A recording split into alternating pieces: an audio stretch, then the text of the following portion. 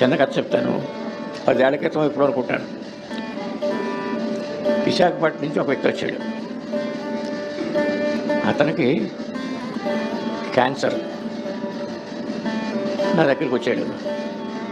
సరే, ఈ కుంకుమ పట్టుకెళ్ళు, నీ పేరు ఇక్కడ నేను యజ్ఞయాగాథం చేయిస్తాను, నువ్వు దానాలు కూడా ఇవ్వక్కర్లేదు, ఈ కుంకుమ పట్టుకెళ్ళి రోజు నీళ్ళలో తీసుకో, ఇక్కడ నేను యజ్ఞం యాగాలు అన్నీ చేయిస్తాను లేదా.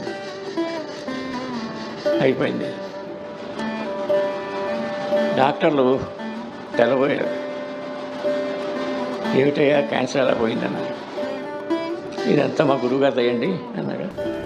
చేత ఏంటంటే అమ్మవారిని నమ్ముకున్నప్పుడు త్రికరణ శుద్ధిగా అనిదా శరణం నాస్తి త్వమే శరణమ్మ అని నువ్వు తప్ప దిక్కులేరు తల్లి అనుకుంటే ఎటువంటి కార్యాలైనా చేస్తుంది.